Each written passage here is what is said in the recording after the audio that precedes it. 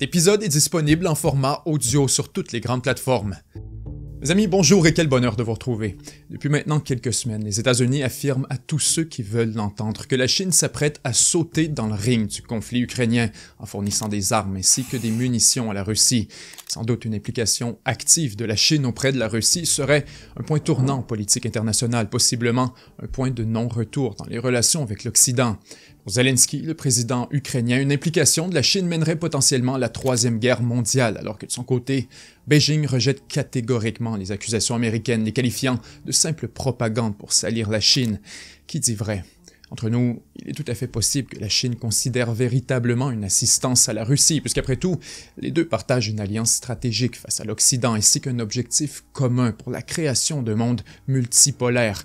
Ce n'est pas comme si une intervention en Ukraine était complètement sans risque pour la Chine.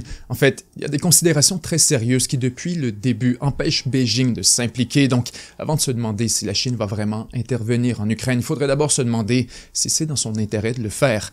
Là-dessus, vous avez été plus de 10 000 un peu partout à travers le monde à répondre à notre récent sondage sur la question. Et selon une majorité d'entre vous, la Chine aurait un intérêt stratégique à s'impliquer militairement dans le conflit ukrainien. Or, environ 40% affirmaient que la Chine devrait plutôt rester à l'écart du conflit. Et des deux côtés, de bons arguments sont présentés. Aujourd'hui, je vous propose une analyse en profondeur de l'alliance entre la Chine et la Russie afin de mieux comprendre quels sont les véritables intérêts stratégiques de la Chine vis-à-vis de l'Ukraine. Et ainsi, prédire avec confiance si oui ou non la Chine va se joindre à la Russie dans la guerre contre l'Ukraine. Sommes-nous au précipice d'une dangereuse escalade ou plutôt devant une simple ruse des États-Unis? Il sera question de géopolitique, d'économie, de stratégie, mais aussi de thèmes controversés qui évoquent la compétition féroce entre les grandes puissances. Donc, laissez-moi remercier chacun de nos membres exclusifs qui rendent possible la production de telles vidéos. Merci également à notre partenaire CyberGhost VPN qui nous permet de produire du contenu de qualité gratuitement sans craindre la démonétisation. Pour ceux qui ne le savent pas encore, un VPN vous permet de naviguer sur le web en toute sécurité. Il vous protège des sites malveillants en masquant votre adresse IP, en chiffrant vos données et en redirigeant l'intégralité de votre trafic Internet via un tunnel sécurisé. Je l'utilise personnellement pour ces raisons, mais il permet également d'utiliser des IP étrangères pour faire de belles économies. Quand vous réservez des voyages et des hôtels, d'accéder à des articles de journaux américains bloquant les IP européennes et d'accéder à tous les catalogues de tous les pays des plateformes de streaming. Encore mieux, en choisissant une IP indienne, YouTube Premium passe à seulement 1,50 € par mois. Fini les publicités. Vous pouvez utiliser CyberGhost VPN sur 7 appareils avec un seul compte, que ce soit Windows, Mac, iOS, Android ou Linux et même vos consoles de jeux et télévisions intelligentes. CyberGhost VPN est le leader mondial dans l'industrie de la sécurité et de la confidentialité avec plus de 38 millions d'utilisateurs. Ils ont 5 étoiles sur Trustpilot. Faites leur confiance pour à peine plus de 2 € par mois en cliquant sur le lien dans la description qui vous offre 4 mois gratuits. Essayez ce VPN sereinement car vous avez 45 jours satisfaits ou remboursés et un service client en français disponible 7 jours sur 7 et 24 heures sur 24.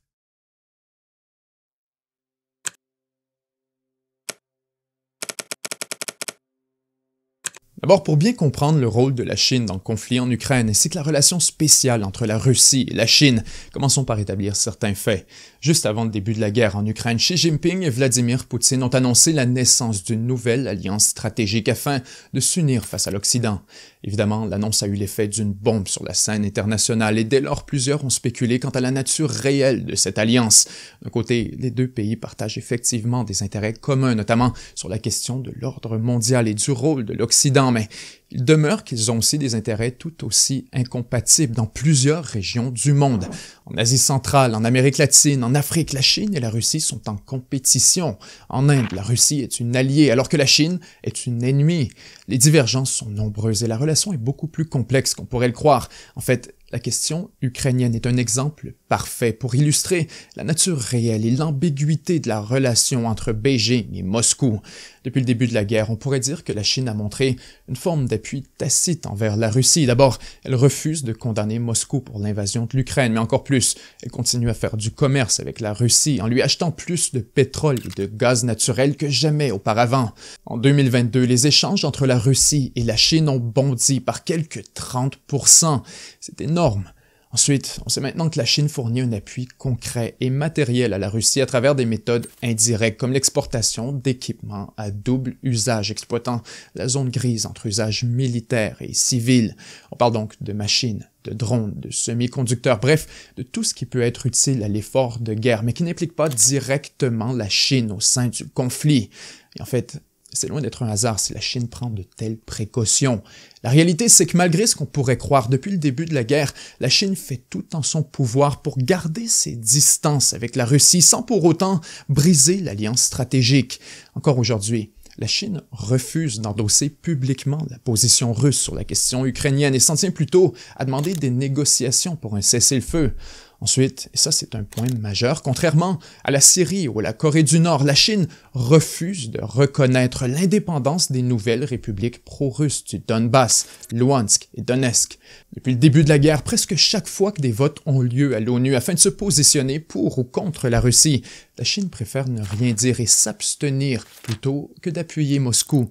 En fait, il y a seulement quelques semaines, la Chine a publié sa position officielle en ce qui a trait au conflit ukrainien et disons que c'est très loin d'être favorable à la Russie, alors que la Chine affirme dans son point numéro 1 que la souveraineté, l'indépendance et l'intégrité territoriale de tous les pays doivent être défendues. Tous les pays, grands ou petits, forts ou faibles, riches ou pauvres, sont des membres égaux de la communauté internationale. C'est loin d'être un endossement de la position russe. En fait, même Volodymyr Zelensky a reçu la position chinoise avec beaucoup d'enthousiasme. Et encore aujourd'hui, Beijing entretient des relations productives avec l'Ukraine. Quand Poutine a rencontré Xi Jinping il y a quelques mois, il a été forcé de reconnaître publiquement que la Chine avait des inquiétudes et des questions légitimes quant à la guerre, un moment surréaliste symbolisant le malaise entre les deux alliés.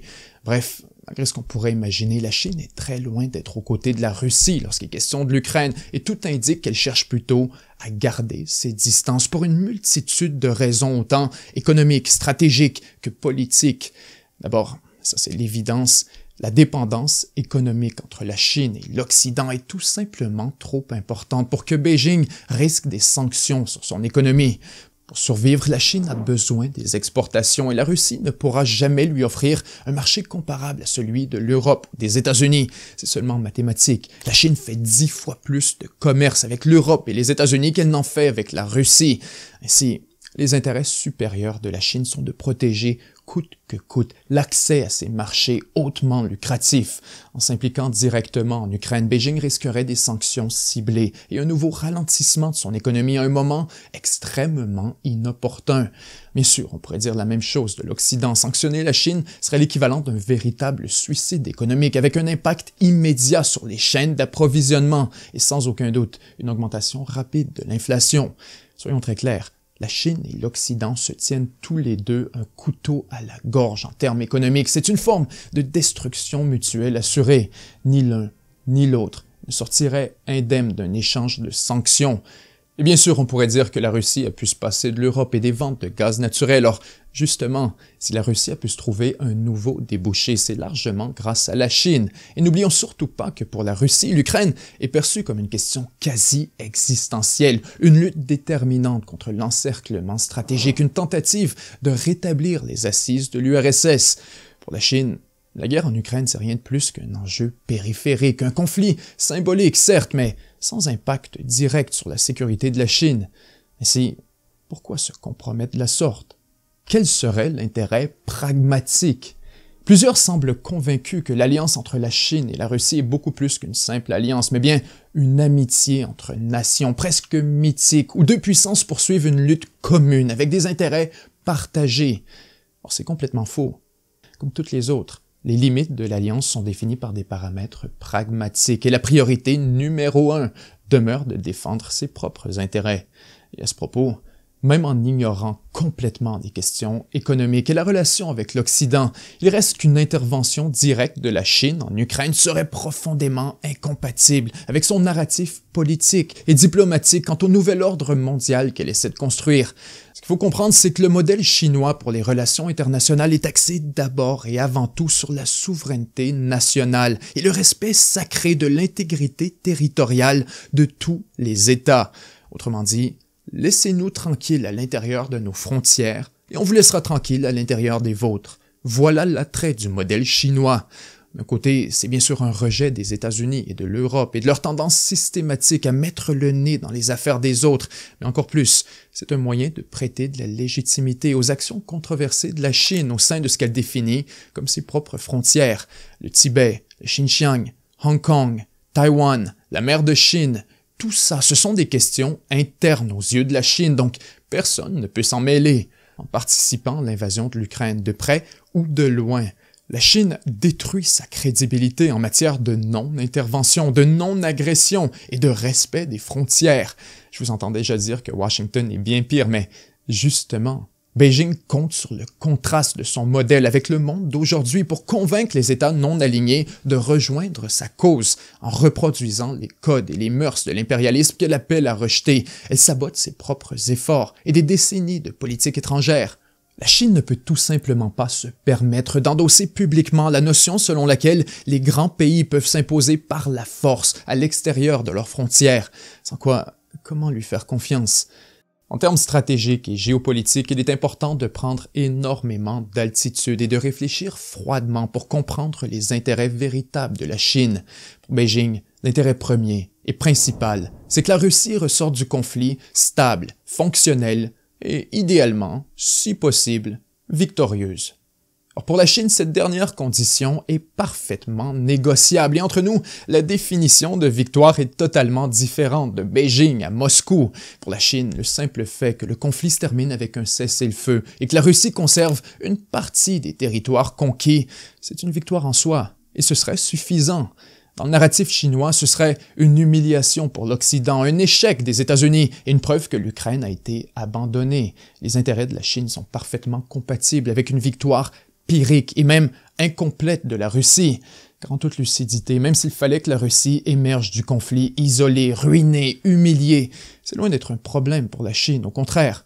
Une Russie vulnérable et affaiblie serait encore plus dépendante de Beijing. Chaque fois que la Russie est en mauvaise position sur les marchés internationaux, la Chine vient lui offrir un cadeau empoisonné à travers des ententes à long terme pour du gaz naturel ou du pétrole à prix dérisoire. En 2008 avec la Géorgie, en 2014 avec la Crimée et aujourd'hui avec la guerre en Ukraine.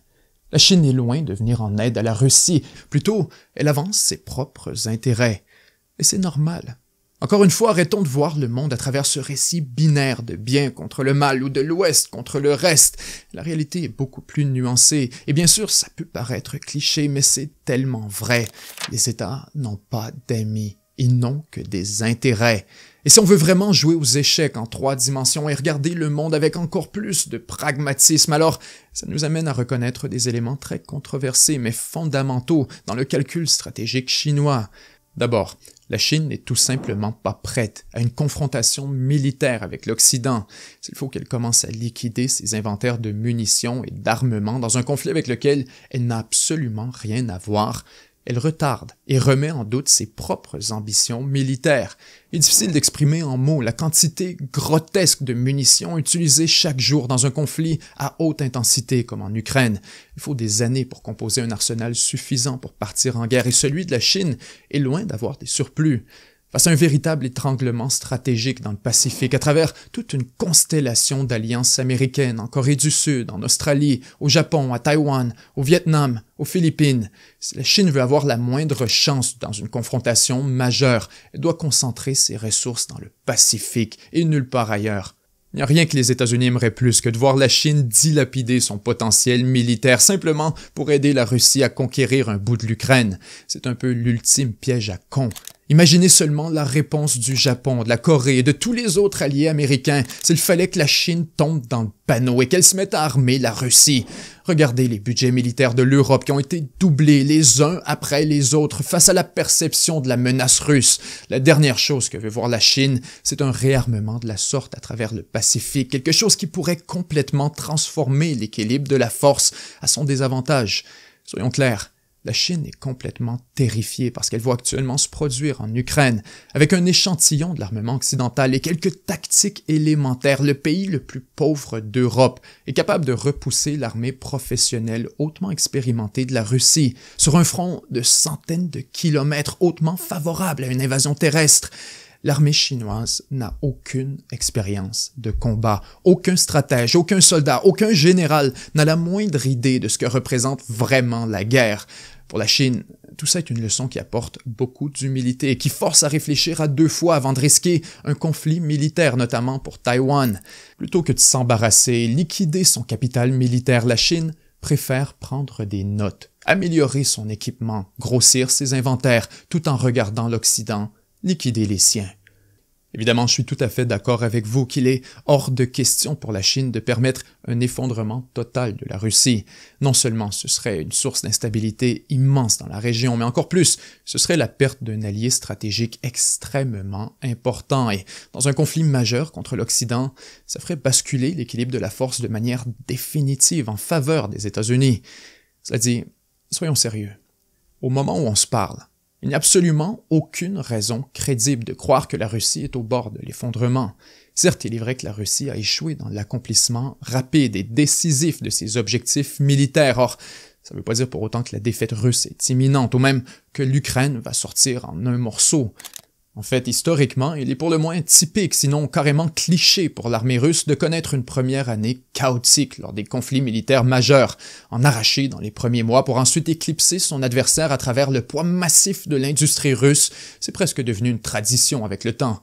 La triste réalité, c'est que la guerre est loin d'être terminée, et s'il fallait juger la conclusion des conflits militaires à partir des développements de la première année, disons que l'histoire du monde serait bien différente. Dans le cas de l'Ukraine, la Russie a commencé le conflit avec environ 150 000 soldats. Avec les nouvelles rondes de mobilisation, elle en aura bientôt quelques 500 000 sur le terrain. Au niveau des munitions et de l'équipement, les services de renseignement lituaniens ont récemment indiqué que non seulement la Russie ne manque de rien, elle a assez de ressources en réserve pour se battre pendant encore 2 ans, à l'intensité actuelle. Oui, moi, je suis loin de militer pour la victoire d'un camp ou d'un autre. Il faut seulement se montrer honnête et regarder la réalité en face. La Russie n'est pas du tout au pied du mur, donc il n'y a aucune raison que la Chine compromette ses propres intérêts afin de lui venir en aide. Dans le cas de l'Ukraine, tout indique que la Chine va s'en tenir au strict minimum afin d'honorer son rôle en tant qu'allié stratégique, tout en prenant bien soin de ne jamais franchir la ligne qui déclencherait une réponse internationale.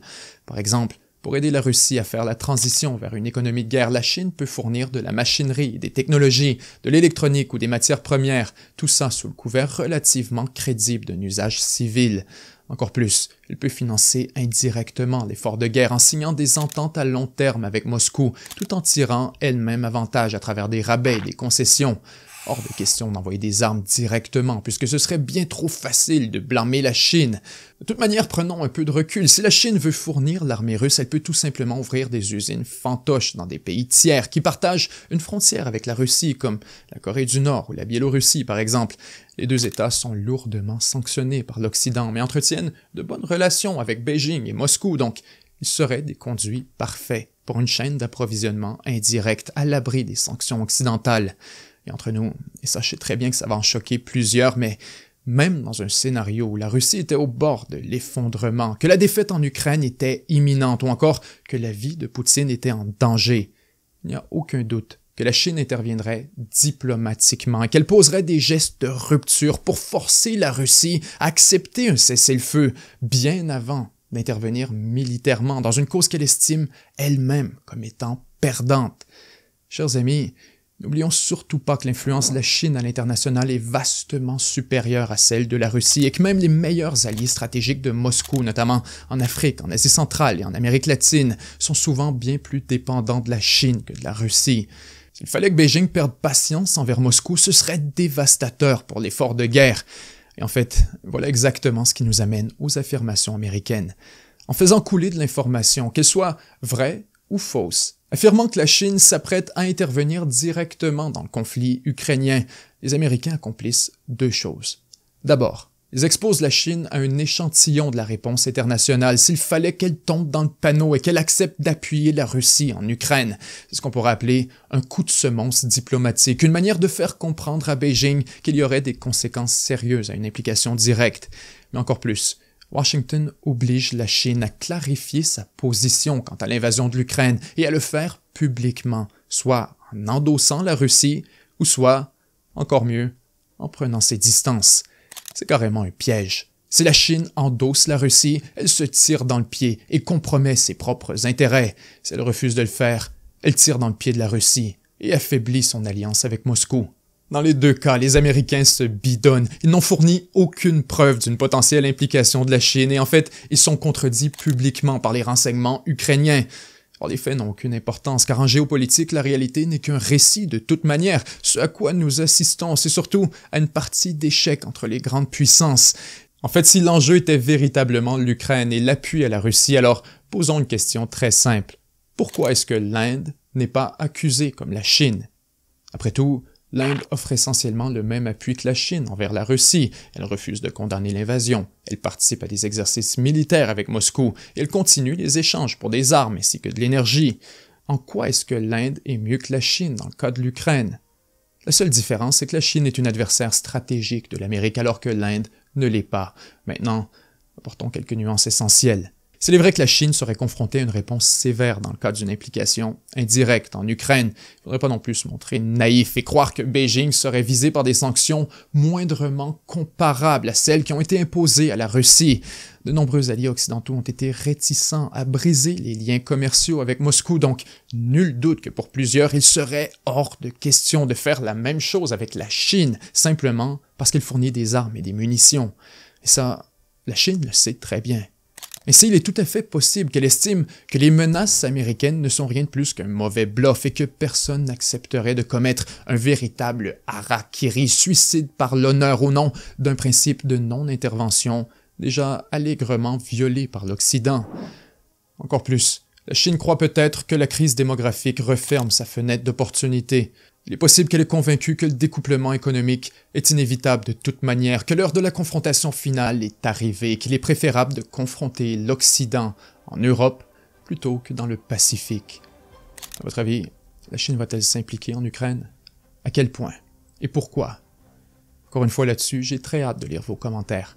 C'était Benjamin Tremblay, et 7 jours sur Terre. À très bientôt. Si vous croyez que ce qu'on fait est important et que vous souhaitez encourager notre formule de journalisme entièrement indépendant, vous pouvez contribuer à partir de seulement 1 $ ou 1 € par mois. Il est extrêmement difficile de produire du contenu indépendant de qualité sur l'actualité internationale. Et la seule raison pour laquelle on réussit à le faire gratuitement, eh bien c'est grâce à vos contributions mensuelles. Non seulement c'est un moyen de rendre possible la production de toujours plus de vidéos du genre, mais c'est aussi une façon d'accéder à une tonne de contenu exclusif réservé uniquement nos contributeurs. Pour rejoindre la communauté, rendez-vous au 7jourssurterre.com/abonnement.